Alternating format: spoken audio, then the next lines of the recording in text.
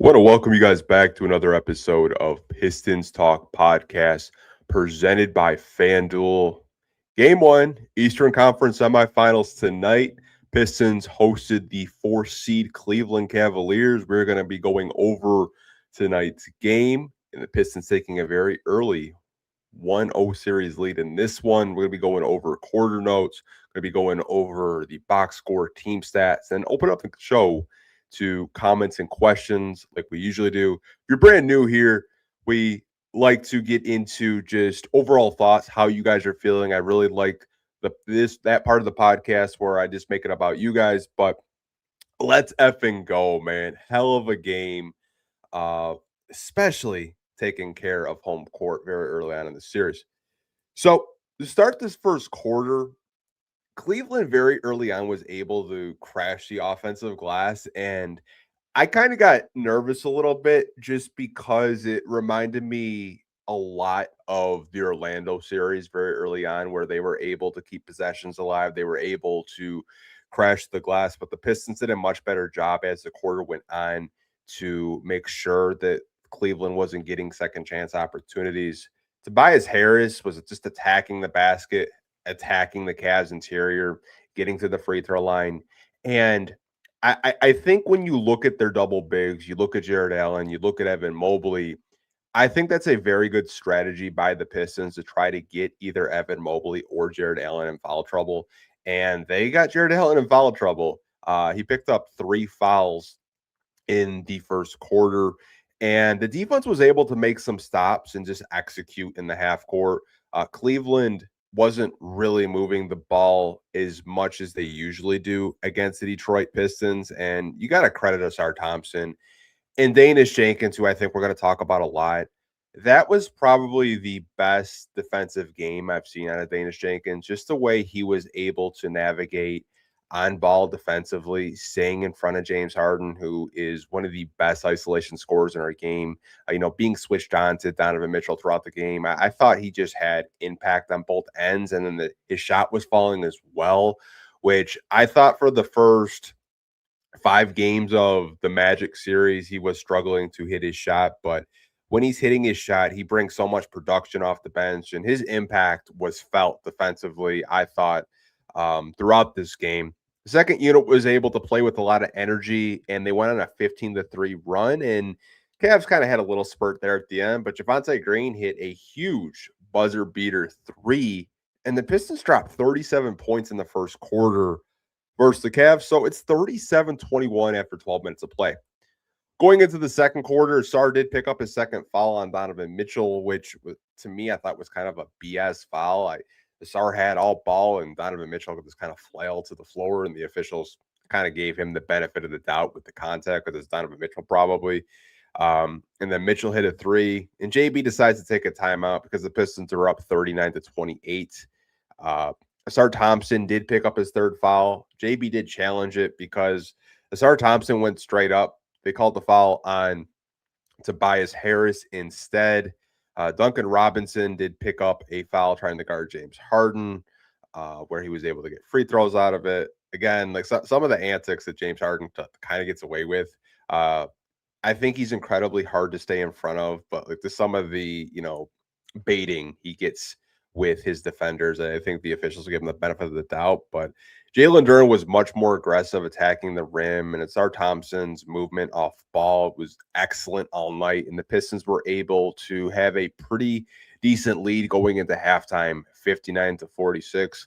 What I did really like in the second quarter by the Pistons were just how they were able to execute in half court sets, and how they were able to move the ball and still find a way to, score points in the paint, because that's kind of been their bread and butter all season, is scoring points in the paint. We know they're not the best 3-point shooting team in the NBA, but they're able to make up for it from getting to the free throw line, which they did a ton tonight, and scoring in the paint. And I thought they did a really good job through the first 2 quarters of executing that, and also playing just excellent defense. Coming out of halftime, Duncan Robinson did pick up his 4th foul, which he did get into foul trouble pretty, early in the first half. Cavs do go on a 7-0 run, and most of their points were just from Dean Wade. He had a corner three where the play was kind of collapsed, where the Pistons almost got a steal, but he was in the corner from three. Then he had a putback point, and the Cavs get within 10 after the Pistons were leading as much as 18 at one point in this game. Pistons did make adjustments coming out of halftime. They were able to get Cade Cunningham some much cleaner looks. For a majority of the game, it was Dean Wade guarding him. He had a little bit of Keon Ellis in there, and then Jalen Tyson as well. But Cade was able to score, 4 straight points out of that timeout that JB took. And it was, some DHOs with Jalen Duren. It was just moving off ball, just getting some mid-range jump shots to fall in. They kind of took advantage of Cleveland's turnovers in transition. I mean, we're going to go over the box score. You guys would probably be shocked how many times Cleveland did turn over the basketball, and the Pistons were able to take advantage of Cleveland not taking care of the ball. And I thought the Pistons did a really good job of grabbing offensive rebounds, especially Danish Jenkins and Jalen Duren. I feel like Dana's had at least 2 or 3 offensive rebounds in this game where I actually jumped out of my seat because, he's 6'4", but he's out rebounding guys like Jared Allen and Evan Mobley, just wanting it more. And you just love that aggression. You love the effort by him. I did think in the third quarter, though, we did kind of fall in love with isolations. The ball was a little bit sticking a little bit in the third, and Cavs were able to go on a 7-0 run. They got within 4. Ron Holland did end the quarter, which was a much-needed three-pointer. Another buzzer beater 3 by the Pistons. And they go up 83-76. Start the fourth quarter. The activity by Jalen Duren, not only on the boards, but protecting the rim, and kind of came alive in this fourth, I thought was so huge for the Detroit Pistons. Duncan Robinson was putting the ball on the floor, bumping chest with James Harden. They both got double techs out of it, but Duncan is kind of got a little bit chippy lately over the past month or so. Ever since that Charlotte Hornets fight in February, he's kind of just been playing with a different type of swagger. It's I never saw Duncan Robinson bump chest with another player when it was in Miami. He was just such a respectful player, but I think being in that locker room, being around Jalen Duren and Isaiah Stewart and all the enforcers on this team, kind of playing with a little edge, and I kind of love it by him. And he had a really good game as well, scoring the basketball. Cleveland was able to get some second chance opportunities. They were crashing the offensive glass like they were in the first quarter, kind of kept them within range, and they go on an 11-0 run and tied the game. James Harden got fouled by Asar Thompson as he was attempting a 3, and it was 93-93 with around 4.5 minutes to go. Durham made a huge block on Harden, and that really, I think, sparked the energy, because that same possession, Cade was able to find him for a dump-off pass for a dunk. And then the next possession, he found Jalen Duren again, and the Pistons just surged late in the fourth, putting great defensive possessions together and putting great offensive possessions together. And Danish Jenkins was huge as well with his defense and his rebounding. And the Pistons snap their 12-game losing streak against the Cavs in the playoffs. They go up 1-0 in the season. I was going to say in the season series. They go up 1-0 in the Eastern Conference semifinals with a final score of 111-101. Overall, this was a very good game by the Detroit Pistons. I will say the third quarter was a little bit sloppy. You gave the Cavs a little bit of life, but you did a very good job of taking care of the basketball. You were able to still live in the paint when I thought Cleveland was going to try to pack it like Orlando did with Evan Mobley and Jared Allen. I just really liked the way that they came out and took care of home court. Obviously, you have game 2, I believe, on the 7th. So gonna have to see the Cavs again in another day or so, which I think the Pistons can definitely take care of home court, and we'll see how long the series goes. I had predicted on a previous podcast that I think this will be a 6-game series. I think the Pistons can win this series, especially with their defense. I saw a lot of Cleveland reporters, and I'm kind of just rambling a little bit. that Toronto had a better defensive, team than the Pistons when the Pistons finished second in defense this year. I think Toronto was a very talented team. They do have some wings that I think are impressive, but I don't think they had to deal with an Asar Thompson. I don't think they knew how good of a on-ball defender Danish Jenkins can be when he does lock in. Ron Holland had his moments. Javonte Green is a good defender. Jalen Duren is being more active in protecting the rim. You still have Isaiah Stewart. We haven't even played Paul Reed yet. I think there's a reason why the Detroit Pistons were the number 2 defensive team, and I think Cleveland might have some trouble with guys like Asar Thompson and Ron Holland and Isaiah Stewart, but really good win. The series is not over, but you did take care of game 1, and that's exactly what you need to do when you do have home court advantage in the playoffs. But I want to go over the box score, then we'll do the team stats, and then open up the show to Q&A and have a chill rest of the podcast. So let's look at the box score with this one tonight. So as we look at the box score with the Pistons, Tobias Harris in 39 minutes dropped 20 points. He's been a 20-point per game scorer in the playoffs for the Pistons, averaged over 20 points against the Magic in last series. He was 6 out of 14 from the field, 1 for 5 from 3, 7 out of 8 from the free throw line, also had 8 rebounds and 2 steals. Love to see Tobias Harris carry the Pistons as a second option in these playoffs. Duncan Robinson, man, 19 points. If you're getting 19 points out of Duncan Robinson, the Pistons are going to be very hard to beat. He was 7 out of 12 from the field, 5 out of 8 from 3, 2 assists, did have the 4 personal fouls, but the defense that Duncan saw versus Orlando versus Cleveland night and day, Cleveland was not near as aggressive as Orlando was of running him off the 3-point line. And as soon as he caught the ball, it seemed like Orlando just threw like 2 or 3 bodies.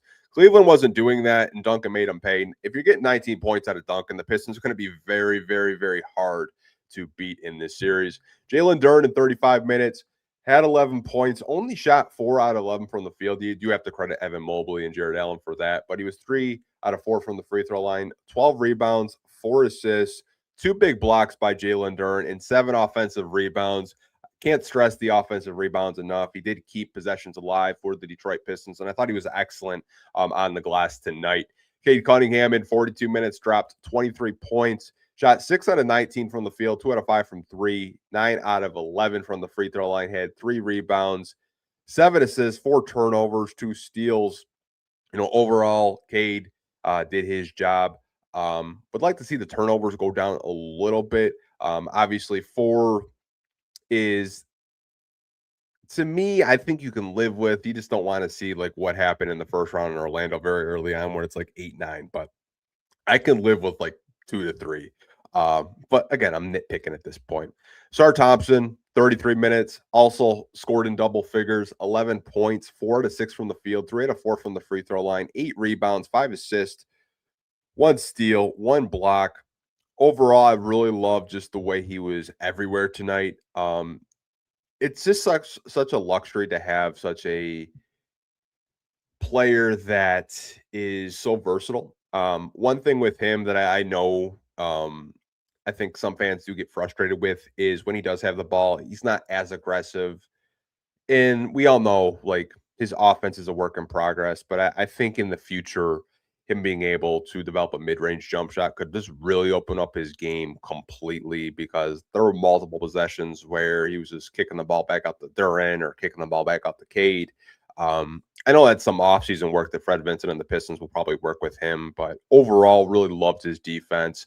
I just kind of wanted to touch on that part of the game that I did see tonight. Let's go to the bench unit. Isaiah Stewart in 13 minutes had 6 points where he was perfect from the field and the free throw line, 3 rebounds, 1 assist, 2 turnovers. Ron Holland actually got some clock. I know a lot of Pistons fans were calling for Ron Holland. He got 10 minutes off the bench. He also had 6 points as well. He was 2 out of 3 from the field, 1 for 2 from 3, 1 for 3 from the free throw line, had 1 rebound, 1 steal. And the steal he had was really big, in my personal opinion. +8 off the bench for the Pistons. Javonte Green had 3 points, and that 3 points was actually a buzzer beater. So it looked like JB was rolling with Ron Holland a little bit more in this game. And I think when you kind of look at Ron Holland and Javonte Green as it kind of relates to rotation minutes, um, it really just depends what JB wants to roll with, right? I know a lot of us want to see Ron out there, but Javonte Green, I thought, did a really good job in the Orlando series. But I will be keeping an eye on who is going to be JB's forward off the bench in this series. I think a lot of us want to see Ron out there because he's really good in half court settings. He's a really good switchable defender and the energy that he does bring off the bench. But either way, it'll be interesting to see what JB does kind of roll with, um, whether it's Ryan Holland or Javonte Green. Karis LeVert in 9 minutes did not score a point, but he had a plus 13 in the plus minus, 2 rebounds. I did really like his defense tonight. I think that's the one thing about him. You know, he might not score consistently. Defensively, I thought on ball in the 9 minutes he did play, he did a pretty good job trying to stay in front of James Harden. Got some deflections. It did lead to some transition opportunities. But, you know, plus 13 is excellent off the bench. Danish Jenkins, 29 minutes, led off the bench in minutes, 12 points, 5 out of 13 from the field, 0 for 3 from 3, 2 for 2 from the free throw line, 7 big rebounds, 3 assists, 4 steals, and 3 offensive rebounds. He was just so huge on the offensive glass. I really think when you look at his box score, it doesn't really tell the whole story because he just had some really good defensive possessions against James Harden, which is a very tall task to ask. I mean, this is a guy that's in his second year in the league, played a lot of G League time, but he really stepped up for the Pistons. I can't stress enough how big those offensive rebounds were because it did keep some possessions alive, and he did secure some defensive rebounds as well. The DMP coaches' decisions tonight were Paul Reed, obviously, Tolu Smith, Marcus Sasser, and Chaz Lanier. Same 4 that we've kind of gone over. It'll be interesting to see if Paul Reed does get some clock in this series. I would think he will if Isaiah Stewart maybe isn't bringing it in the rebounding department or if JB wants a different look. I would not count out Paul Reed not getting any type of playoff minutes in the series. As we do look at the team stats in this one, Cavs did actually shoot a better percentage from the field, 45 to 44. Pistons did shoot a better three-point percentage, 38 to 37, where they made 10 out of 26 threes, and Cleveland made 14 out of 38 threes. Cleveland did shoot a better free throw percentage, but the Pistons got there more. Cleveland shot 15 out of 16 from the free throw line in a 94% clip. Pistons shot 77%, where they made 27 out of 35.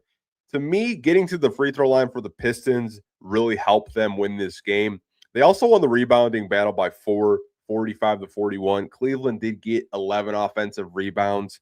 Got to cut that. You do not want to give them any type of second chance opportunities with the isolation scores that they have in Donovan Mitchell and James Harden, and also some role players like Max Strus. Sam Merrill did get injured in this game, had a hamstring injury, and he was questionable to return. Have to keep an eye on that to see how bad that hamstring injury actually is. But the Pistons did get 16 offensive rebounds themselves, but you have to limit Cleveland's offensive rebounds. If you do ask me, assists were dead even, 23 apiece for the Pistons. Pistons did get more steals, 12 to 7. Cleveland did get more blocks, 5 to 3, but the turnovers, you turned Cleveland over 20 times.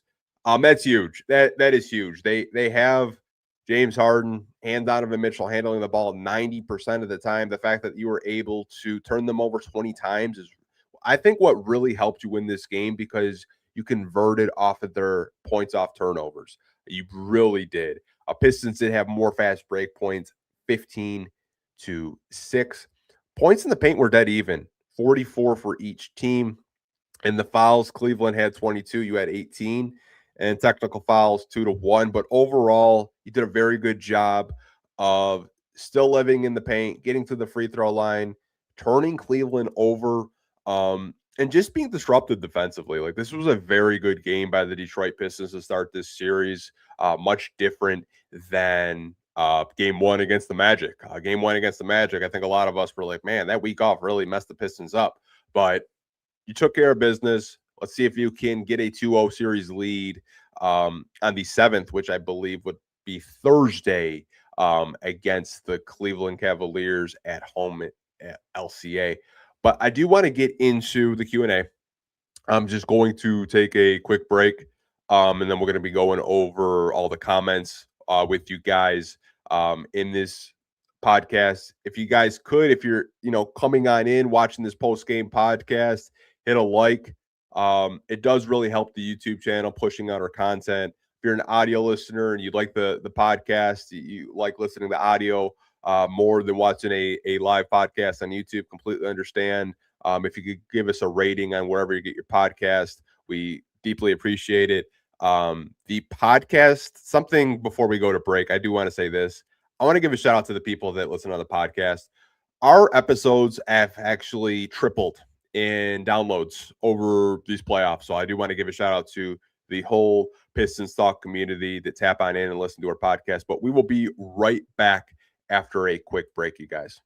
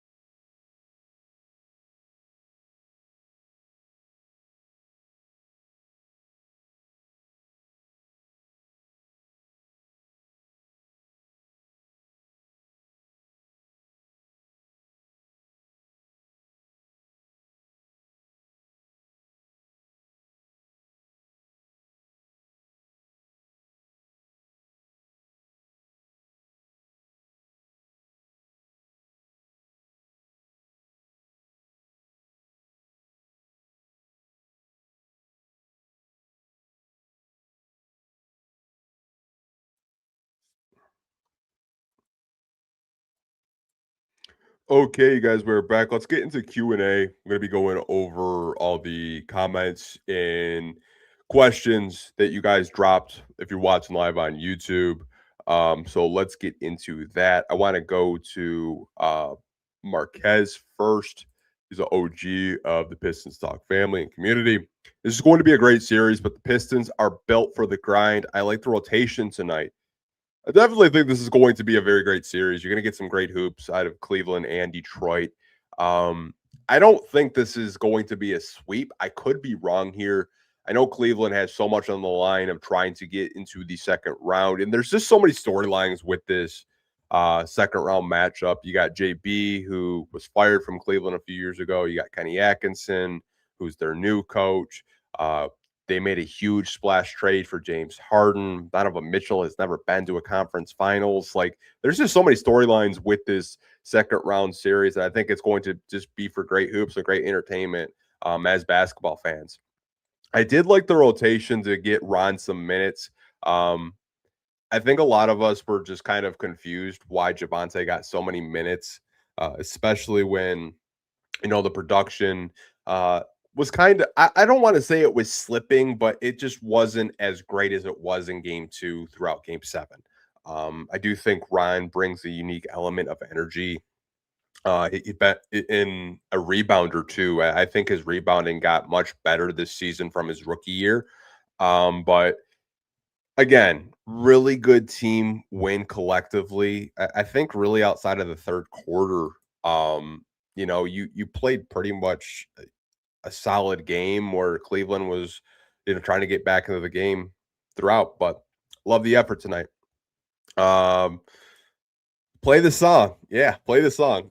I actually want to tell you guys something funny. So, as you guys know, like GMAT Cash, Pistons play again, right? Funny. Apparently, I got blocked by Angel Reese for posting a photo by her. I had checked today. She's like, "Oh, you're blocked by Angel Reese." I never tagged her. I had just posted a picture when she was dating Jalen Duren in the Pistons hoodie, and as I played the song, because she was trolling the Pistons and Jalen Duren quite a bit in that first round series. But as soon as I saw this comment from Wondering What the Dog Doing play the song, it reminded me that I got blocked, which I think half of Michigan got blocked by her during that series. She had to turn her comments off like Instagram because Pistons fans were just trolling her. But yeah, man, play the song. Shout out to GMAT Cash. Pistons won again. Thing's probably gonna go triple platinum. After that first round series, and during this playoff for the Pistons. But man, funny story, right? DJ Billy Bob, what a difference a week makes. Great team effort for game one. Let's keep it up. By the way, got a call out Locked On and said we were done last week after we went down 3-1. Not you, though. I'll give a shout out to Koo. Koo's my guy. He's been on this podcast. I did see that he didn't think the Pistons were going to make it past Orlando after being down 3-1. Now, what's funny is after game one, Koo came on my podcast and said Orlando's not going to win another game. He felt very confidently that the Pistons would be able to handle them in like a 5-game series. I will say during the playoffs, I think we get very emotional, and that's completely understandable. We're not always going to be right with the basketball takes that we have. And I will own up and say, I've been wrong multiple times about takes or opinions I've had, but I'll actually come on the podcast and say I'm wrong, right? I'm sure Koo has addressed it. I'm pretty sure I saw that he had posted that video that you're talking about or that podcast you're talking about, kind of saying like, hey, I was wrong. Like we all get it wrong. I just thought in that series against Orlando, I didn't really think Orlando was beating the Pistons. I thought the Pistons were beating themselves. I thought that they weren't taking care of the basketball. They were missing opportunities at the free throw line, and they just weren't moving the ball. I thought, from the final 3 games of that series, they did a much better job of cashing in on free throws. They did a much better job of taking care of the basketball. They weren't turning it over 20 times. But, we're going to be wrong at the end of the day. Shout out to Koo, though. Shout out to Locked On Pistons. He's still my guy. I'm going to have to get it on here again and, kind of just talk playoff basketball. We're not always going to be right. I didn't lose faith, though, because even in that series, I never really felt like Orlando was actually beating the Detroit Pistons. Like they were actually just, kind of shooting themselves in the foot with, turnovers and everything like that. But I'm going to go to a Piston fan 11. Asar was over the place. Love watching him play. Cleveland turnover phone like this versus the Raptors. Yeah, Asar was excellent. I don't expect Cleveland to turn the ball over 20 times the rest of this series. But if you can force them into turnovers, I think it does present opportunities to play fast, play in transition like the Pistons did when they were cashing in on those turnovers. But you have to credit the Pistons defense. They were really pressuring Donovan Mitchell and James Harden, much like Toronto was doing early in their first round series. But I will say, I think the Pistons are a lot more physical than Toronto. I feel like we have more physical defenders that we can throw at James Harden and Donovan Mitchell and even Evan Mobley in that sense. And there's a reason why this was a top 2 defensive team all year. Like there's a reason why they were ranked in the top 5 defensively. You have guys like Asar Thompson. You have guys like Ryan Holland, Javonte Green, Isaiah Stewart, Kate Cunningham can guard. I think we saw 1 through 5 tonight. I mean, there were possessions where, he was, holding his own against Jared Allen. Like this seems very versatile defensively, but I don't know if we're going to see 20 plus turnovers from Cleveland, but hey, if you do, you're doing your job defensively. You're locking up and you're taking care of their threats offensively. So Morphus has a comment saying this was a well-balanced win. Everyone contributed. I really see the potential in Danis if he's given the right amount of minutes. Apparently, JB does too, since he's playing him more. Danis, to me, it has always been a rhythm type of player. I mean, there are certain players where you can just have them off the bench, play 10 minutes, and they're just giving you like 10 points, right? Danis, to me, is more of a rhythm type of player where he needs the minutes, he needs the touches. And, once he sees a shot go in, his confidence goes up. And, like, it wasn't so much his scoring tonight. It was like his defense, like him rotating, him grabbing those rebounds, him hitting, crucial shots when Cade was on the bench or sharing the backcourt with Cade. There's a reason why the Pistons decided to convert him from a two-way to a standard contract. They saw the progression. They saw the improvement. He's a very interesting player. I think with him, you probably will see anywhere from 25 to possibly 30 minutes in this series because I think JB sees, if I give him more minutes, more opportunities, he starts to come alive. And there are certain players that, they need the minutes to be productive. But again, like he's a very intriguing player.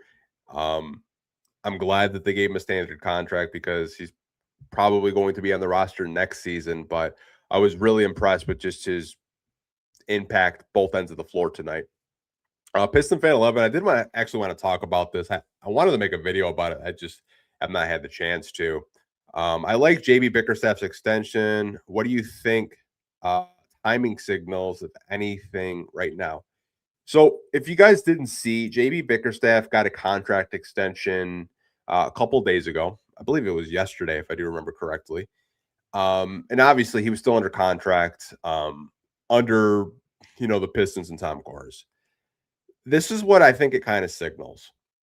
They know that they have a stable front office with Trajan Langdon and Dennis Lindsey, which Dennis Lindsey did not get poached by Dallas. That was actually a fear. They got Masai Ujiri, excuse me. So Dennis Lindsey and Trajan are still in the front office together, the two biggest decision makers. So you have a stable front office. You have a franchise player in Cade Cunningham. You have young, intriguing pieces that are continuing to develop in Sar Thompson and Jalen Duren. I think what it signals from ownership is I think they want to reward what JB has done in his first 2 years in Detroit, right? This is a team before JB. They won 100 games in 5 seasons. Now, obviously, that was during a different regime under Troy Weaver, Dwayne Casey, and Monty Williams. They weren't actively trying to win games. They were trying to develop and, be bad enough where they're drafting in the top 5, right? I will say, when you look at this new regime led under JB Bickerstaff and Trajan, JB's won 100 games in his first 2 seasons with the Detroit Pistons. He won the Pistons their first playoff game since 2008. Did it last season. Won them their first home playoff game since 2008. Won them their first playoff series since 2008. To me, what this signals timeline-wise is Tom Gores finally has a coach that he's had success with. Bought the team over 15 years ago. This is the most success he's ever had. So he's going to reward a guy that is bringing him that success. Now, I know some people on Twitter and on social media didn't understand the extension because he was still under contract, right? He still had a couple of years left. I don't really have a problem with it. If anything, this signals Tom Gores is even more invested in JB Bickerstaff than he originally was when Trajan found him and interviewed him. And I think he's an owner that he will reward you if you bring him success and you bring him, wins. I mean, you won 60 games this year. That's something that I don't think a lot of people saw. I mean, going from 40 to 60 is a huge accomplishment. I know a lot of people right now, they want to see how far can the Pistons go in the playoffs? Can they make it? Can they make the Eastern Conference Finals? Can they make the finals? How far can JB lead this team? But I really didn't have a problem with the extension whatsoever. again, I think it just signals that, Tom Gores believes in, JB Bickerstaff and wants to reward him for what he's done these past 2 years and, reward him for getting out of the first round. So definitely didn't really have a problem with it whatsoever. Longitude says, let's make one thing clear. They got back to the game due to chucking threes. They went from 41% to 32% attempts at the end of the third. Yeah, I agree. I thought in the third it got a little bit isolation heavy. They weren't moving the ball as much as they were between the first and second quarter. But yeah, I mean, when you're not moving the ball against a team like Cleveland and you're not making threes, you're going to give them opportunities to get back into the game. 100% agree. I don't know if I did touch on that in my post game notes. I probably did, and that's probably why you have to comment. But yeah, um, there wasn't as much of like them, playing in the isolation in this game. It was mostly in the third. They kind of woke up in the fourth once Cleveland had tied the game and just had their foot on the gas pedal to win it. But overall, I thought they had a pretty solid game. Ryan Anton, shout out to Ryan, man. Duren playing defense like this is even more important than his offense right now. I agree, man. Like, I think the one thing with Jalen Duren that I think fans have always kind of gotten a little bit frustrated with him is, defensively, he has shown the ability to protect the rim. He has shown flashes that he can rotate. He has shown flashes that he can play in drop coverage. But when you're getting effort like you got out of Jalen Duren tonight, it's very impressive. Not to say that, him dropping 15 to 18 points in the series wouldn't be huge, but if you are getting that defensive effort by him in this series, it does kind of change the rim protection that you're getting. You have Isaiah Stewart, who's also a good rim protector. Paul Reed can protect the rim, but I think a lot of people were so focused on his scoring in that series that they didn't really notice. Like, defensively, he did do a pretty good job for the most part in the first round series, especially the last two games, game 6 and game 7. But if you're getting that type of effort out of Jalen Duren, you're pretty happy as a Piston fan. And it looked like his scoring kind of came alive in the fourth, too. I mean, he wasn't in double figures until the game was over. Cade found him some touches. He was able to get some dunks, get some dribble drives tonight. But I really want to see him continue to keep attacking. And Case Cracked leaves this comment as we're kind of talking about Duren. Duren has some weight he can use to bully Evan Mobley and Allen. We know Allen has been broken in the past, saying the lights were too big, got to attack him again and again. And I think that's what you saw, whether it was Tobias Harris or Jalen Duren, like using his frame and using his strength to kind of overwhelm Evan Mobley and overwhelm Jared Allen. Like, I think sometimes when we're looking at Jalen Duren, he's just so big and physical where he can just use his strength to kind of get a mismatch, especially on the block. I'd like to see Jalen Duren continue to attack Evan Mobley and Jared Allen because I think you can get them in foul trouble and you can definitely take advantage of how much more you weigh than Evan Mobley. Even though Evan Mobley is a pretty good rim protector, I think Jalen Duren can definitely outmuscle him, especially in the post and in the paint. Max Strus played at a high level, got to nip that in the bud.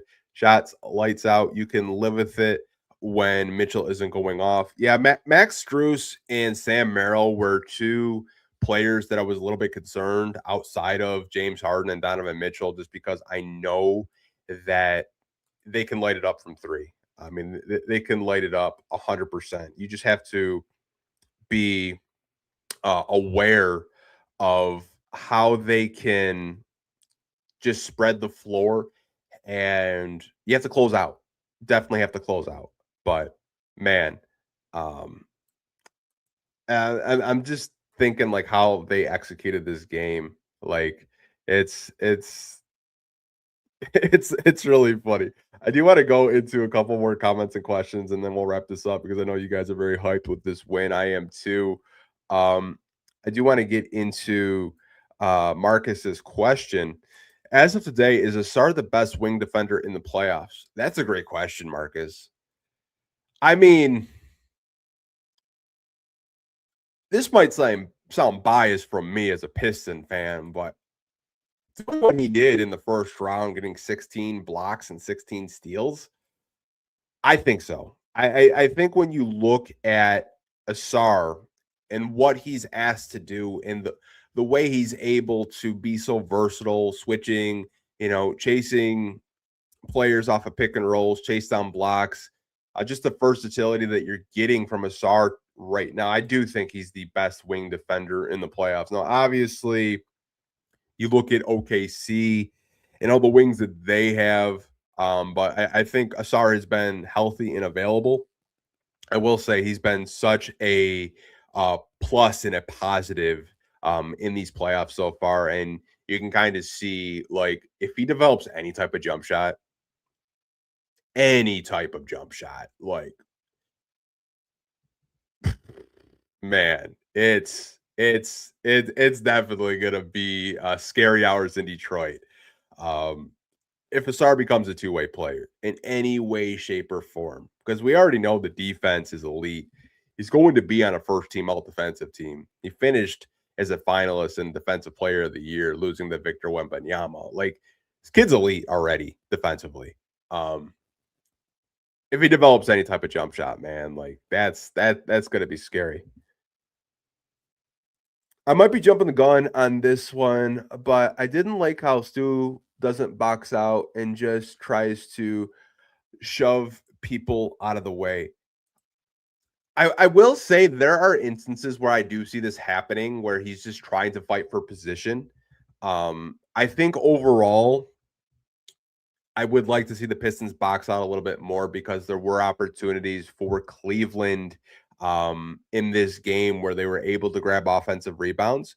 But overall, I think Stu does a pretty good job of boxing out. But um, you just have to make sure you're not giving Cleveland any type of life or any type of opportunity to get more possessions because they have deadly scorers in Mitchell and Harden.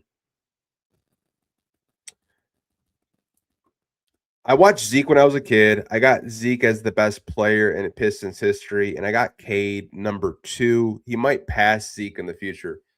I know there was a lot of like debate. I want to give a shout out to Spencer.